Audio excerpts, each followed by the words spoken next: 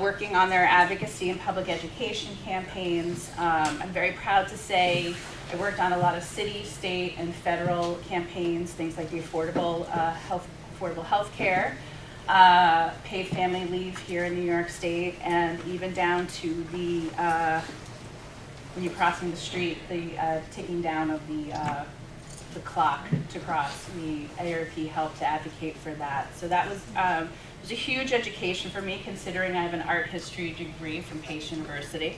So I had a lot of on-the-job training. But like probably most of you in the room, cancer came into our family's lives, and I became sort of the main caregiver, which I had a lot of background information from AARP. But I didn't really have a science background, thanks to a really bad chemistry teacher in high school. So I really relied as a social media person on the internet to find information, do a little bit of digging, annoy a couple of doctors, and it actually added to personally my benefit. I was advocating for my partner at the time. Found a fantastic doctor. Turned out he didn't need the surgery, I did. I had a extremely large tumor on my pancreas. It was benign, but thanks to all of that research, I had the best doctor that I could find and immediate care within 3 weeks, which was amazing. And through that, I had kind of discovered the Damon Runyon Cancer Research Foundation and all of the work that they were doing. So who here knows who Damon Runyon is? Me. Yay. All right. So if there's any Broadway fans here, anyone knows Guys and Dolls? Yep. Okay, so a lot of the characters in Guys and Dolls are based on the writings of Damon Runyon, who was a journalist. And Damon Runyon had throat cancer.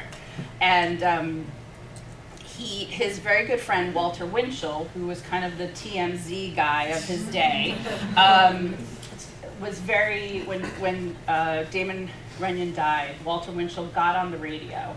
And keep in mind, this is like in 1946, so think of like that sort of old time like radio stories. And he got on the radio and he asked everyone to send in their pennies because they wanted to find a cure for this disease. And through Walter Winchell, through all of his celebrity friendships with Joe DiMaggio, Marilyn Monroe, pulled together the first ever telethon to have people call in and send in their donations. And that's kind of how Damon Runyon, the foundation, came to be. And which is really, really great. And we have a really great partnership with Broadway. Most of our overhead is paid through, you can buy premier Broadway tickets, you get the best seats in the house, and through the ticket price plus an added donation, that comes to Damon Runyon. And so that we have this long-standing history with Broadway, as well as with the Yankees. Joe DiMaggio was on our board of directors. And every year we do what we call the Runyon 5K at Yankee Stadium. This year it's going to be in August. If you're a diehard Yankee fan like I am, you will want to go to this because you actually get to run on the field and through the entire stadium. And all of the money goes directly to the scientists. And so I've been there a little over a year. This is a brand new position for them, managing their social media. I've also just recently taken on all of their video content creation as well. And last year we launched a campaign called the Brave and Bold campaign, where we're funding the bravest and boldest of scientists who are risk takers in their careers. So we fund high-risk, high-reward research that leads to high-impact results. So a lot of these scientists are, in their postdoc careers. A lot of people aren't taking chances on them. They're like in their, late 20s, early to mid 30s, and this is like prime time for them to really be taking some risks and looking at other ways to, treat cancer better, to find better cures, and prevent cancer as well. And this is just a very simple but powerful message, and in our opinion, it's the only 2 words, brave and bold, that will beat cancer. So when I worked at AARP, one of the campaigns we worked on was called Telling Your Story. And a lot of it had to do with the members around advocacy, you know, paying for high prescription drug costs, things like that. And very similar here, we really wanted to tell the story of our scientists. So everything focuses on our scientists, and then when they have some breakthrough research, we highlight that. So part of the Brave and Bold campaign was focusing on 5 scientists in different areas of the country doing very different things. And these visuals are amazing, and we kind of put it out there that they're like rock stars, superheroes. We've been getting a lot of fun feedback on these images, such as people saying, when is the album going to drop? But we really wanted to, you know, have this brand awareness campaign around letting people know who we are, who our scientists are, and how we're funding them.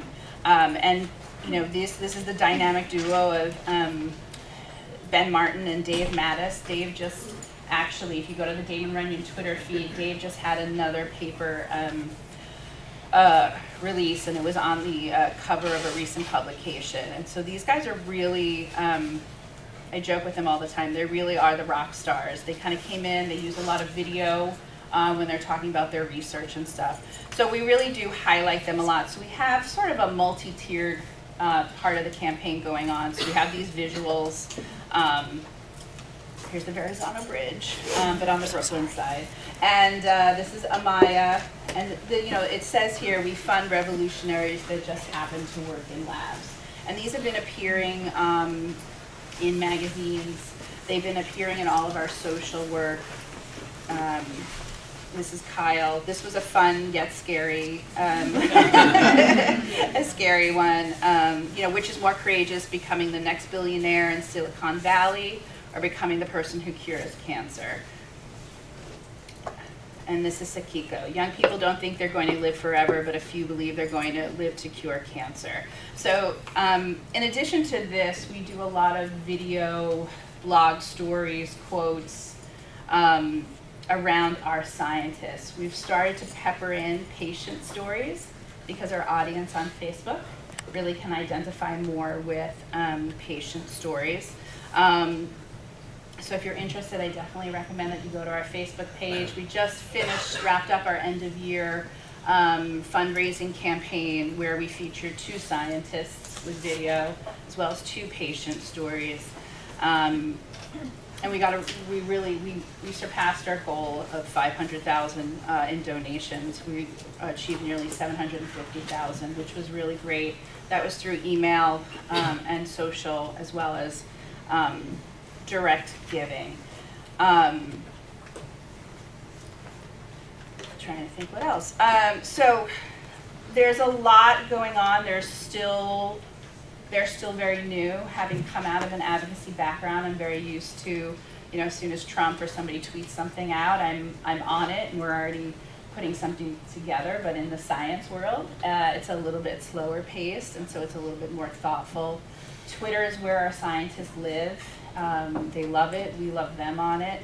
Our Facebook, it's a lot of education and me talking to our scientists and saying, hey, tell me what you do, but tell it to me like I'm your grandmother so that I can better understand and help educate our audience. And so we've been getting a lot of great feedback.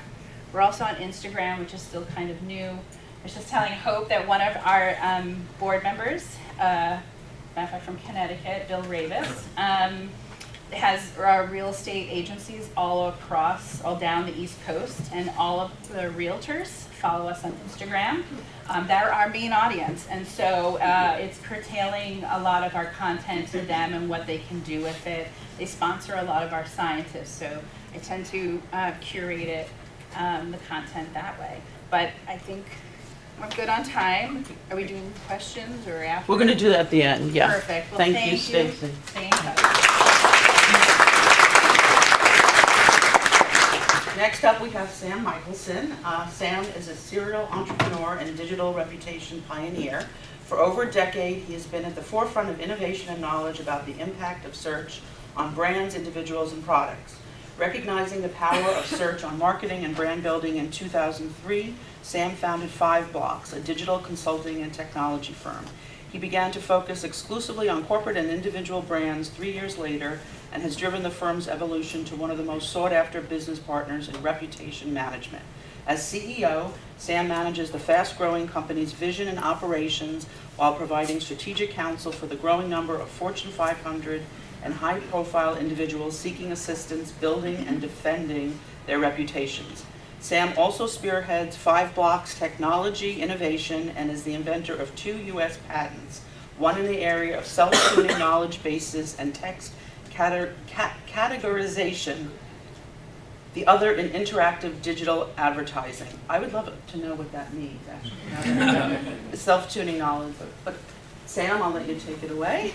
All right, thank you. Good morning.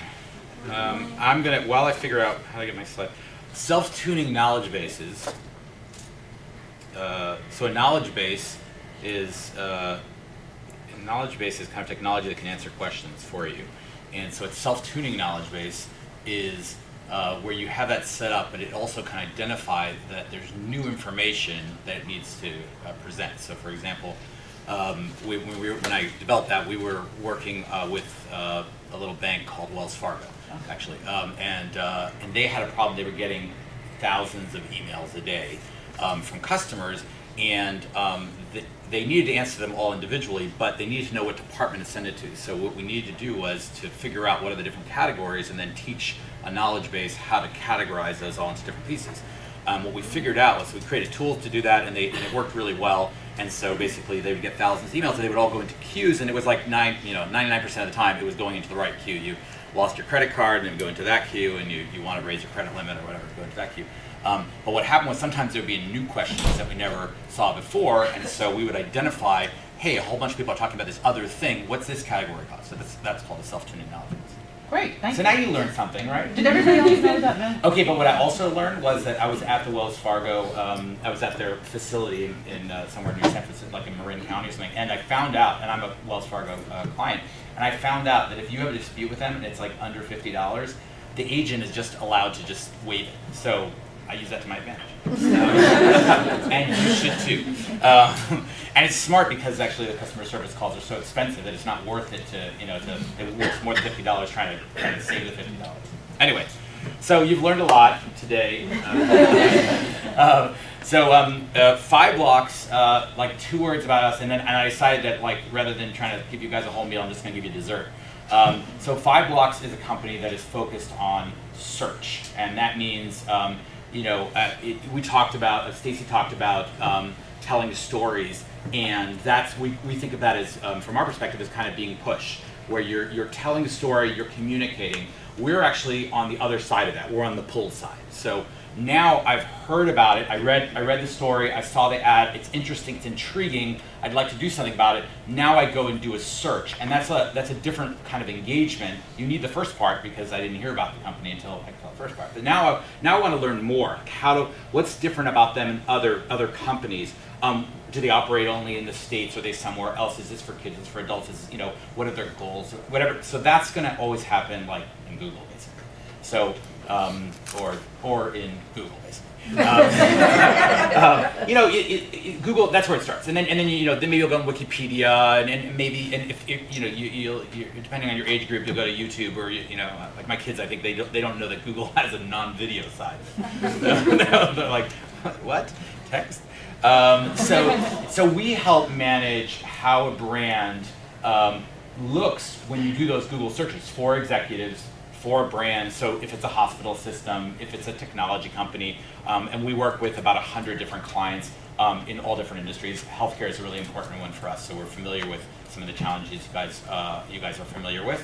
And a lot of it has to do with the different types of, there's different kinds of people that are searching, and everybody is trying to find different types of information. Some of them, obviously some people are just trying to find where you are, how do I get there, and that's why you get maps at the top. But a lot of them want to learn, they want to get a sense of comfort with your organization, with your brand, with a particular doctor, procedure maybe. And so there's a big difference when you do that search in Google, whether you see the best content at the top, or whether you see it could be a random blog post where someone says, I don't know if this treatment is so good. My mom went to this doctor and she was very unhappy. You know, and then you look at that and you're like, you know, that is very legitimate that this person has a complaint or this person is unhappy. But I'm not sure that that's the first thing people should see. That should probably be in context. And so what we do with brands is work with their PR, with their comms, and help them take better control of what people are seeing, not to change the story to something that's not true, but to create the context necessary. We're oftentimes brought in when there's a crisis situation where there's been some bad news or some an issue with with a blog post. Sometimes you have like an actual a competitor or some other kind of activist who's working against you. In all these situations, you need to think about like, how do I make sure that I've got all these processes going on, I've got someone doing social media, we've got all these great campaigns, but when people search us, they don't see the campaign because it's like hiding on page 2. They used to say in the old days that if you wanted to hide a dead body, put it on page 2 of Google, because no one will find it there. So, so that page 1, we're all, I think, I love the world that we live in because I'm like completely ADD, and so everyone else has joined me. And I love that. Thank you. So, I think all our attention spans have gone down, and I don't know if that's great or bad, but it's what it means is that there's so much more. It's so much more important to manage the first impression, and not just because people are going to make their decision in a snap. We're still smart, and I think that but we are going to be guided by what we see at the top, what we see, further down that page. But when you get to page 2 or page 3, you're like, that's already like research. That's already, that's hard work.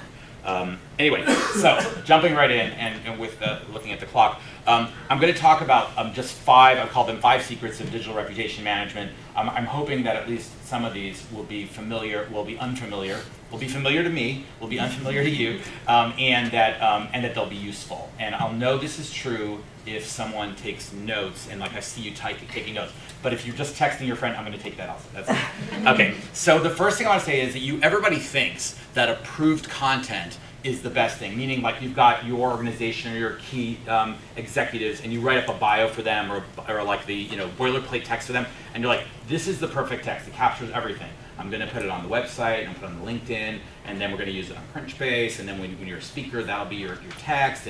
And this is a great idea from a compliance perspective, but Google is not thrilled with this idea because what then happens is the exact same text appears in like 5 or 10 different places, and then when Google decides what they want to show at the top, when people search your name, your company's name, they're really going to be very unlikely to show the same text over and over and over again because it's a really bad experience. So that's called duplicate content, and the advice is that as much as your compliance people are not going to like this, and maybe other people won't like it, if you care about how you look online and how things appear in Google, you need to change up that text and add different information. Maybe the right way to do it is get a long bit of approved text, a whole page, and then use different parts of it. So you have the first few sentences, and then you have different focus areas for the different. I saw someone writing that.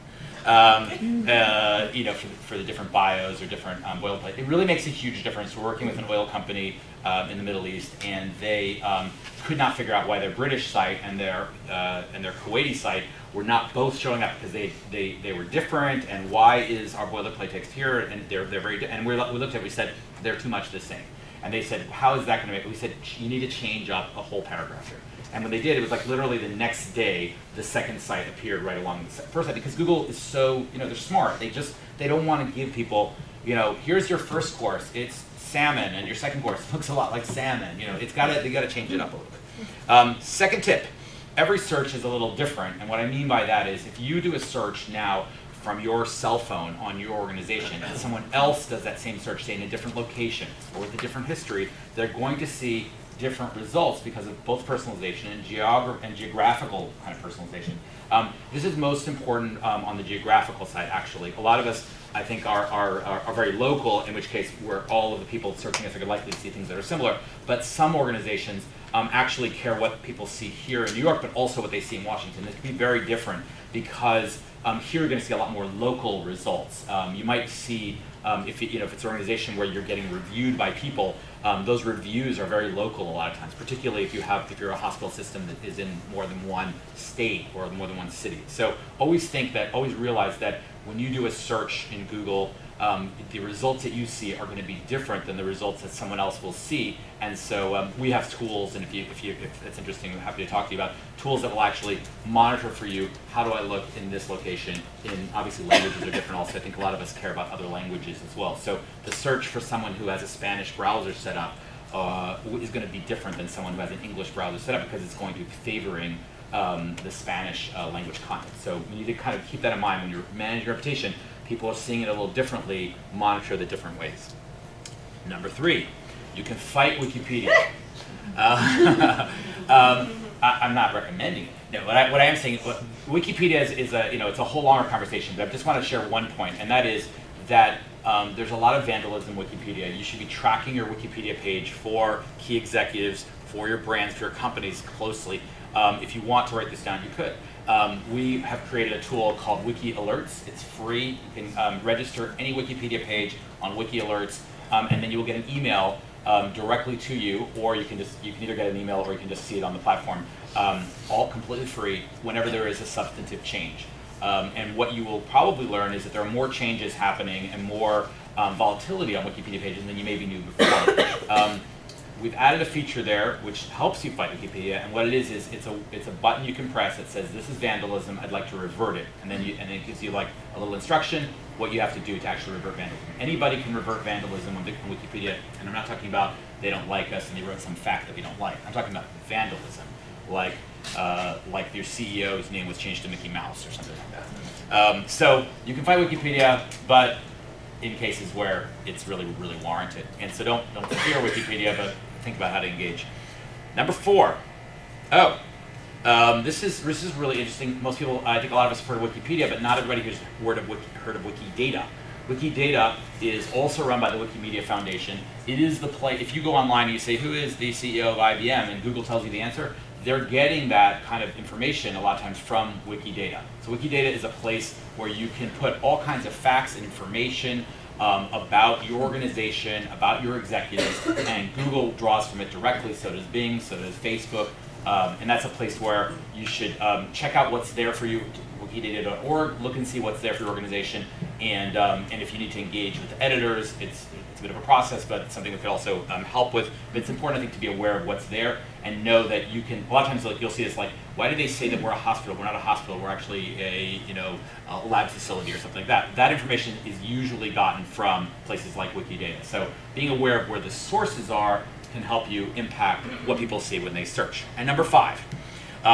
You can take action. A lot of times people call us. My wife's a dentist, and most people come to her because something hurts. Most people don't come and say, I haven't had any problem with my teeth, I'd like to come in and do a lot of work. And it's the same thing for us.